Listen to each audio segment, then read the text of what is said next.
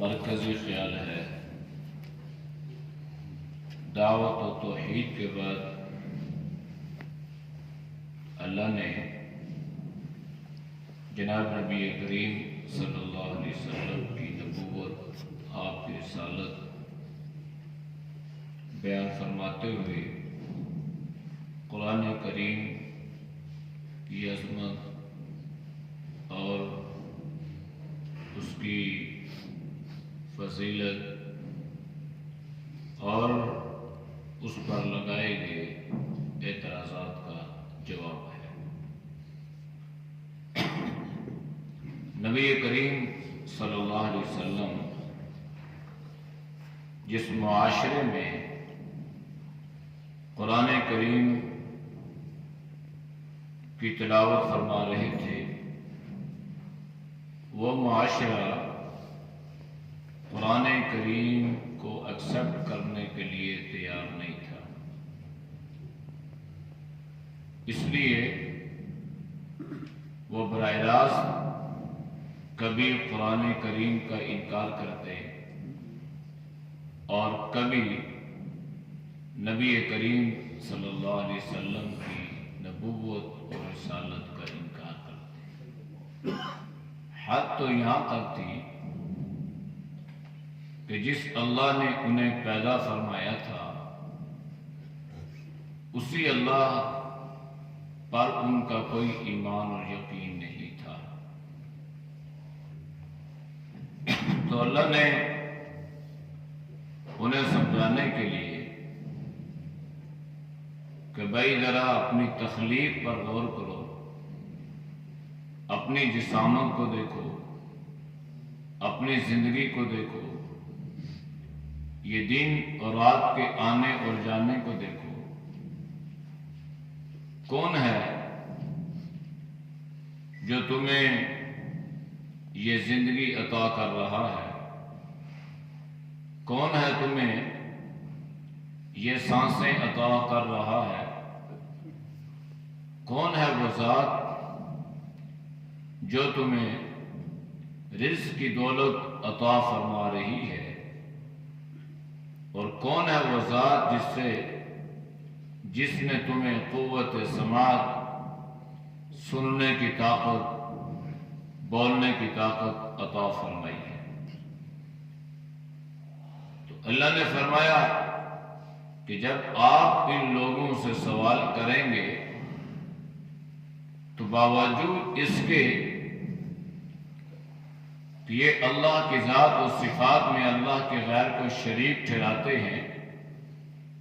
لیکن ان باتوں کا وہ بھی اقرار کریں گے اور یہ کہیں گے فَسَيَقُولُونَ اللَّهُ، رزق عطا کرنے والا، زندگی اور موت کا مالک اور مختار، قوت سماعت اور قوت گویائی عطا فرمانے والا وہ اللہ ہی ہے۔ تو جب اللہ ہے تو پھر تم اللہ سے ڈرتے کیوں نہیں؟ جس اللہ کے بارے میں تمہارا یہ ایمان اور یقین ہے، اسی اللہ نے، اسی رب نے آپ ہی میں سے آپ کی ہدایت کے لیے جناب رسول اللہ صلی اللہ علیہ وسلم کا انتخاب فرمایا، اور اللہ نے آپ کی ہدایت ہی کے لیے قرآن کریم کی دولت عطا فرمائی۔ اگرچہ یہ بات بھی وہ لوگ بخوبی جانتے تھے کہ جناب نبی کریم صلی اللہ علیہ وسلم کا لڑکپن، آپ کا بچپن، آپ کی جوانی ہمارے سامنے گزری ہے، ہمارے ساتھ گزری ہے، ہمارے ساتھ ان کا اٹھنا اور بیٹھنا تھا، ہمارے ساتھ ان کا تجارت کی غرض سے سفر تھے۔ ہم نے کبھی بھی آپ صلی اللہ علیہ وسلم کو کسی کے پاس پڑھنے کے لیے جاتے ہوئے نہیں دیکھا، آپ کا کوئی استاد نہیں ہے۔ لہذا وہ لوگ اس بات کو بھی جانتے تھے کہ آپ نے کبھی کسی سے پڑھنا اور لکھنا نہیں سیکھا، اور اس بات کو بھی جانتے تھے کہ آپ صلی اللہ علیہ وسلم نے نہ کبھی بددیانتی کی ہے اور نہ کبھی جھوٹ بولا ہے۔ وہی لوگ جو آپ کو صادق، سچا، وہی لوگ جو آپ کو امین، امانت دار کہتے تھے، اور یہاں تک کہ دشمن بھی آپ کی ان صفات کا اقرار کرتا تھا۔ اور اس کا منہ بولتا ثبوت روم کا بادشاہ ہرقل، اس کے دربار میں ابو سفیان جو اس وقت اسلام کے بڑے دشمنوں میں سے تھے، تو جب ابو سفیان سے اس بادشاہ نے پوچھا تھا کہ کبھی اس محمد رسول اللہ کو آپ نے جھوٹ بولتے ہوئے سنا ہے، کہ کبھی اس نے جھوٹ بولا ہو، کبھی بددیانتی کی ہو، باوجود اس کے کہ ابو سفیان آپ کے بڑے دشمنوں میں سے تھے، روم کے بادشاہ کے سامنے وہ اس حقیقت کا اعتراف کرتے ہوئے کہتے ہیں کہ ہم نے کبھی بھی رسول اللہ کو جھوٹ بولتے ہوئے نہیں سنا۔ آپ سچے ہیں، آپ نے کبھی جھوٹ نہیں بولا، آپ نے کبھی بد اخلاقی کا مظاہرہ نہیں کیا، آپ نے کبھی سخت قسم کی، فحش قسم کی گفتگو نہیں فرمائی، آپ نے کبھی بددیانتی کا ارتکاب نہیں کیا۔ تو جب اس شاہ نے یہ باتیں سنی تو وہ ابو سفیان کے سامنے کہنے لگا کہ پھر یاد رکھو، جو آدمی مخلوق سے جھوٹ نہیں بولتا وہ اللہ سے کیسے بولے گا؟ جو مخلوق کے بارے میں جھوٹ نہیں بولتا، آپ سے وہ جھوٹ نہیں بولتا، آپ کی طرف وہ جھوٹی باتوں کو منسوب نہیں کرتا، تو وہ اللہ کے بارے میں کیسے جھوٹ بول سکتا ہے؟ لہذا اس بات کا یقین کر لو کہ جن صفات کو تم نے بیان کیا ہے، اگر حقیقت میں وہ صفات ان میں پائی جاتی ہیں اور پائی جاتی ہوں گی، اس لیے کہ آپ نہ ماننے کے باوجود ان کی ان صفات کا اقرار کر رہے ہو، تو پھر ذہن میں رکھ لو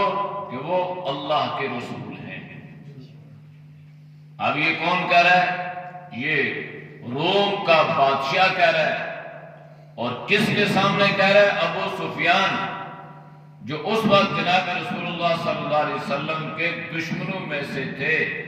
اور دشمنی میں پیش تھے، تو ان کے سامنے اس بادشاہ نے یہ بات کہی تھی کہ پھر اس بات کا یقین کر لو کہ وہ رسول اللہ صلی اللہ علیہ وسلم اللہ کے رسول ہیں۔ تو جناب نبی کریم صلی اللہ علیہ وسلم کی صفات ان لوگوں کے سامنے تھیں، اور 2-4 سال یا 10 سال یا 15 سال نہیں، بلکہ پورا 40 سال کا عرصہ جناب نبی کریم صلی اللہ علیہ وسلم کا اس سوسائٹی میں گزرا، اس معاشرے میں گزرا، ان مکہ کی گلیوں میں گزرا۔ تو کبھی بھی اس 40 سالہ عرصے میں، جو بہت بڑا عرصہ ہے، آدھی زندگی سے بھی زیادہ عرصے پر محیط آپ کی یہ عمر، جس میں لوگ آپ کو صادق الامین کہہ کے پکارتے تھے، اسی رسول اللہ صلی اللہ علیہ وسلم نے جب اس بات کا اعلان فرمایا کہ اللہ نے مجھے آپ کی ہدایت کے لیے رسول بنا کر بھیجا ہے، تو وہی لوگ جو آپ کو صادق الامین کہہ کے پکارتے تھے، وہی آپ کے دشمن بن گئے۔ اور حالت تو یہ ہے کہ ایک طرف دشمنی کا یہ عالم تھا کہ رسول اللہ صلی اللہ علیہ وسلم جن راہوں سے گزرتے تھے ان راہوں میں کانٹے بچھا دیے جاتے تھے. آپ پر لوگ مختلف قسم کی آوازیں کستے تھے. کہنے والے کوئی آپ کو مجنون اور کوئی کاہن اور کوئی ساحر کہہ کے بلا رہا ہے، اور دوسری طرف عالم یہ ہے کہ وہی دشمن اپنی امانتیں بھی آپ کے پاس رکھواتے تھے. اب یہ ساری چیزیں لوگوں کے سامنے تھی، تو رسول اللہ صلی اللہ علیہ وسلم نے جب ان کے سامنے اقرأ بسم ربک الذی خلق قرآن کریم کی آیات کی تلاوت فرمانا شروع کی، تو ان لوگوں نے جواب یہ دیا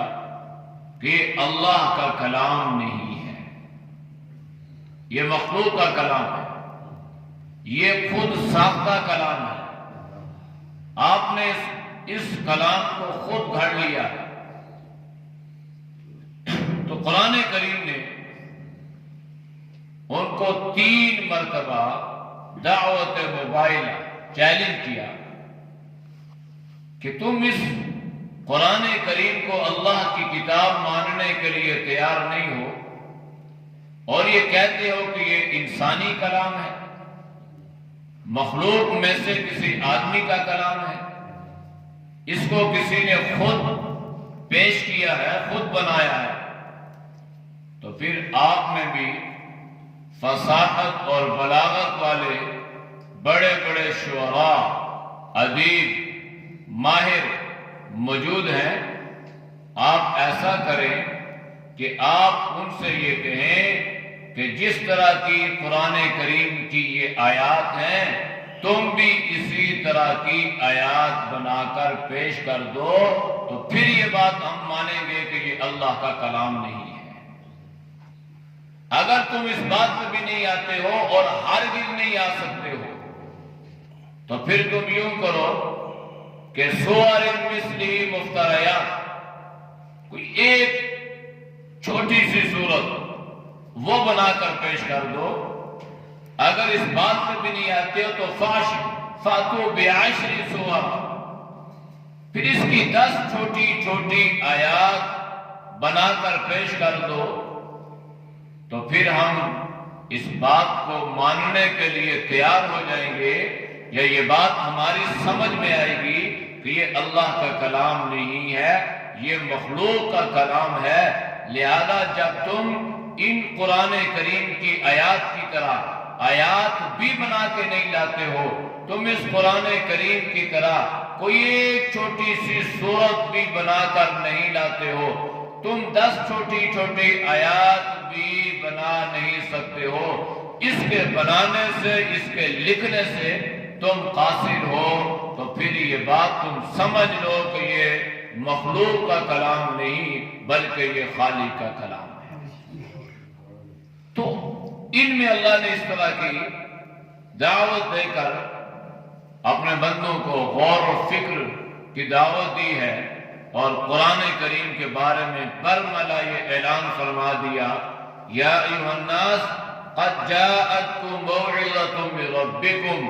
وشفاء لما فی الصدور وہدی ورحمۃ للمؤمنین. اے لوگو، تمہارے پاس اللہ کی طرف سے یہ اللہ کا پیغام آ چکا ہے، تمہارے پاس اللہ کی طرف سے یہ بہترین وعظ و نصیحت آ چکی ہے. لہذا اس قرآن کریم میں اللہ نے تمہارے دلوں کی شفا بھی رکھی ہے. اگر تم روحانی بیمار ہو اور تمہارے دل شرک و بدعات میں لت پت ہو چکے ہیں، تو پھر اس قرآن کریم کے ذریعے سے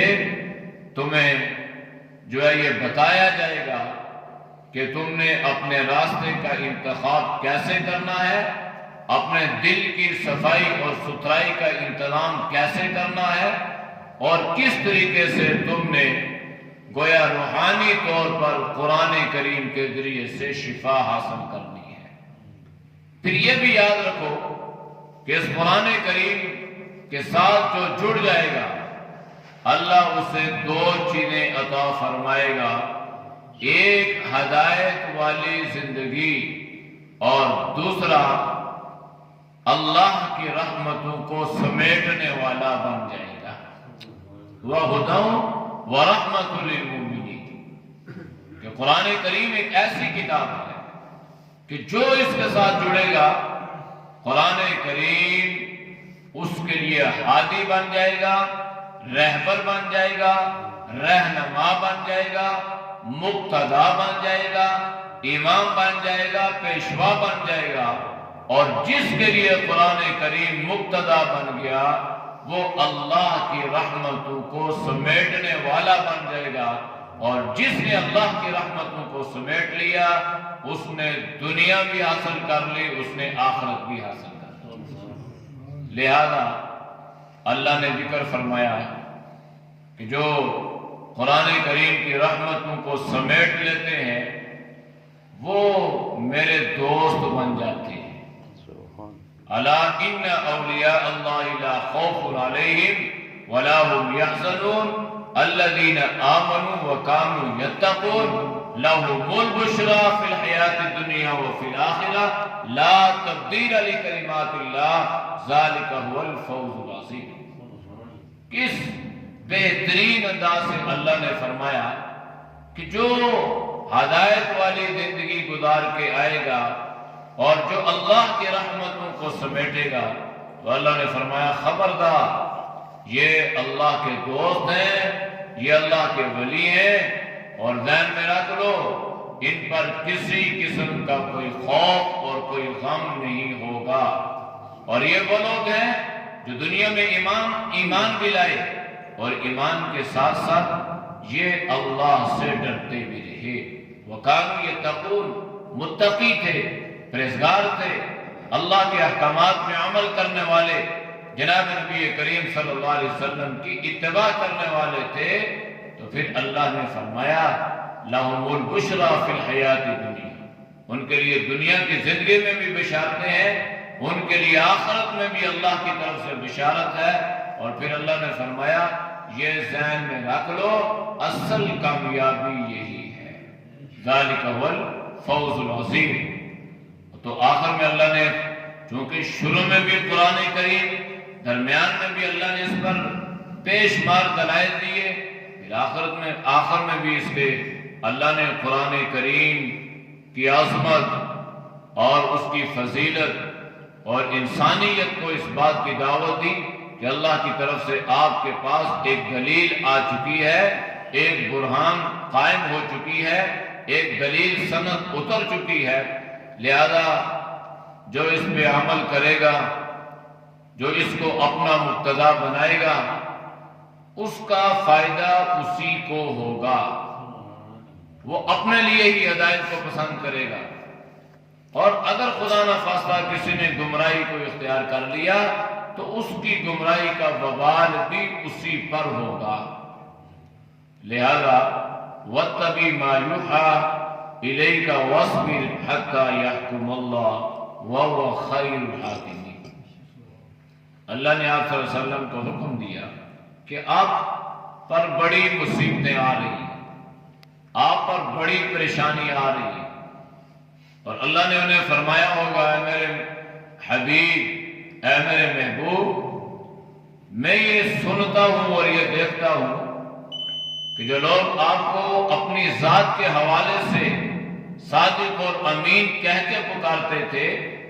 جب آپ کی ذات میری ذات کے ساتھ منسوب ہونے لگی تو وہی لوگ آپ کو ساحر، کاہن اور عجیب عجیب القابات سے پکارتے ہیں۔ آپ اس سے بڑے پریشان ہوتے ہیں، آپ بڑے سے غم زدہ اور دکھی ہوتے ہیں، لہذا اللہ نے آپ کو دلاسا دیا،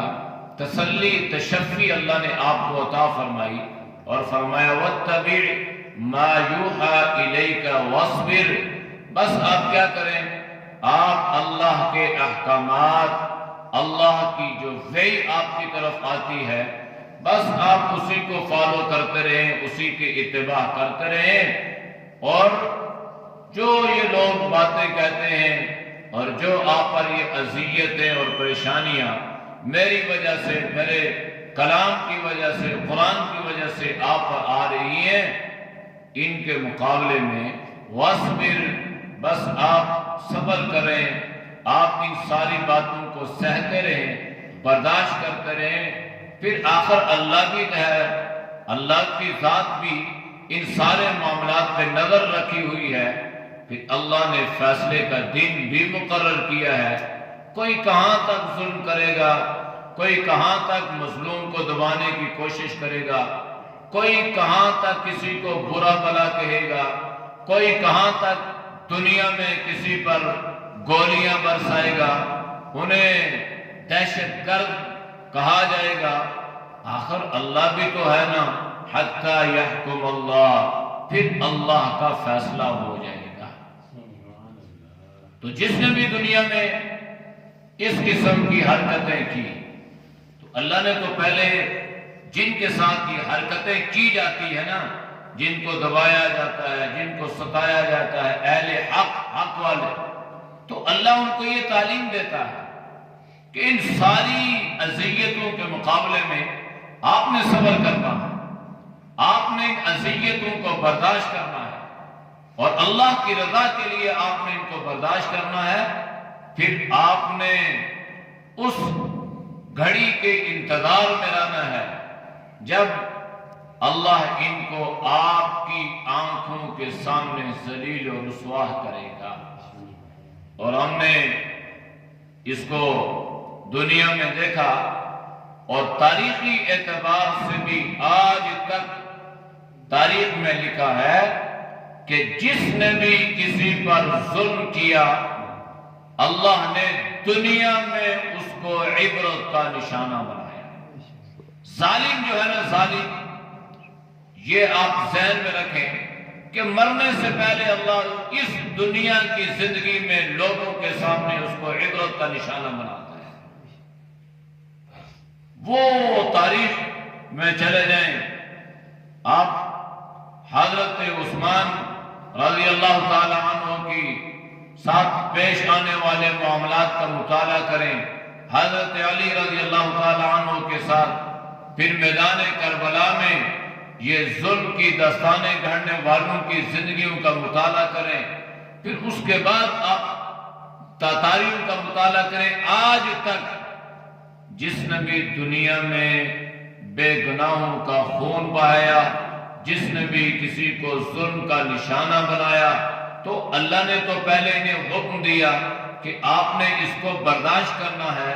پھر دوسری طرف اللہ نے انہیں یہ تسلی اور تشفی بھی دی کہ اللہ کی مدد تمہارے ساتھ شامل حال ہوگی، پھر اللہ کے فیصلے کا انتظار کرو، پھر اپنی آنکھوں سے ان کی ذلت کو، ان کی رسوائی کو دیکھو گے، پھر دیکھنا کہ اللہ کے عذاب کا کوڑا ان پر کس طرح برستا ہے۔ چنانچہ تاریخ میں بھی لکھا ہے، اور ہم نے اپنی زندگیوں میں زمانہ ماضی قریب میں بھی اس کا مشاہدہ کر چکے ہیں، اور اب بھی انشاءاللہ کریں گے کہ جنہوں نے ظلم کی داستانیں گھڑی اور ظلم کے بغیر گرم کیے اور بے گناہ لوگوں کا انہوں نے خون بہایا، اللہ نے کس طرح انہیں نشان عبرت بنایا۔ تو اللہ نے فرمایا حتی یحکم اللہ وہو خیر الحاکمین، اس لیے کہ بہترین فیصلہ کرنے والا اللہ کی ذات ہے۔ تو جب اللہ فیصلہ فرمائے گا تو پھر اللہ کے فیصلے میں کسی پر کوئی ظلم و زیادتی نہیں ہوگی، اللہ حق پر فیصلہ فرمائے گا، اور حق پر فیصلہ یہ ہوگا کہ ظالم کو اللہ اپنے کٹہرے میں کھڑا کرے گا، اور مظلوم کے بارے میں اللہ کے نبی نے فرما دیا کہ اس مظلوم کی بددعا میں اللہ نے ایسی تاثیر،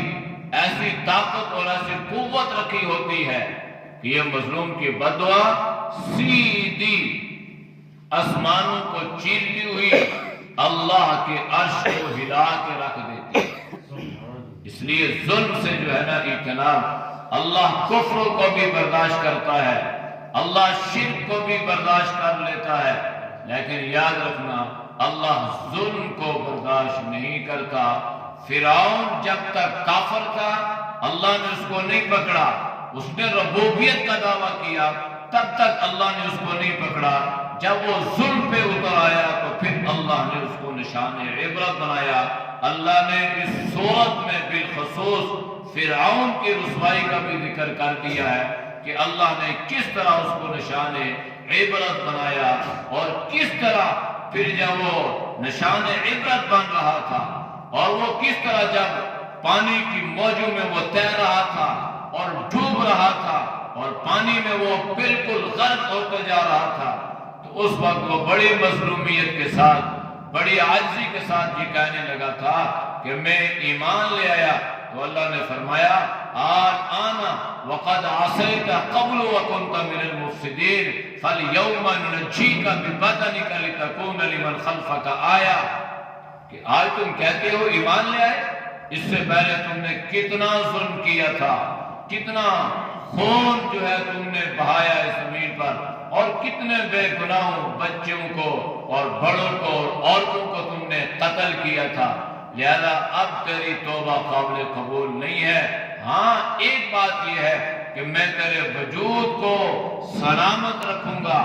تیرے وجود کو سلامت رکھوں گا، تیری لاش کو سلامت رکھوں گا، تاکہ بعد میں آنے والے اس سے یہ عبرت حاصل کریں کہ جسامت کے اعتبار سے، طاقت کے اعتبار سے اتنا بڑا آدمی کس طرح اللہ نے اس کو نشان عبرت بنایا۔ تو اس لیے اللہ نے اس صورت میں بالخصوص اس کا ذکر کر کے اس بات کو ذہن میں ڈالا ہے کہ کبھی بھی ظلم نہ کرنا، چاہے بڑا ہو چاہے چھوٹا ہو، ظالم ظالم ہوتا ہے، وہ کبھی بھی اللہ کی گرفت اور اللہ کی پکڑ سے بچ نہیں سکتا۔ اللہ ہم سب کو ان باتوں پہ عمل کی توفیق دے۔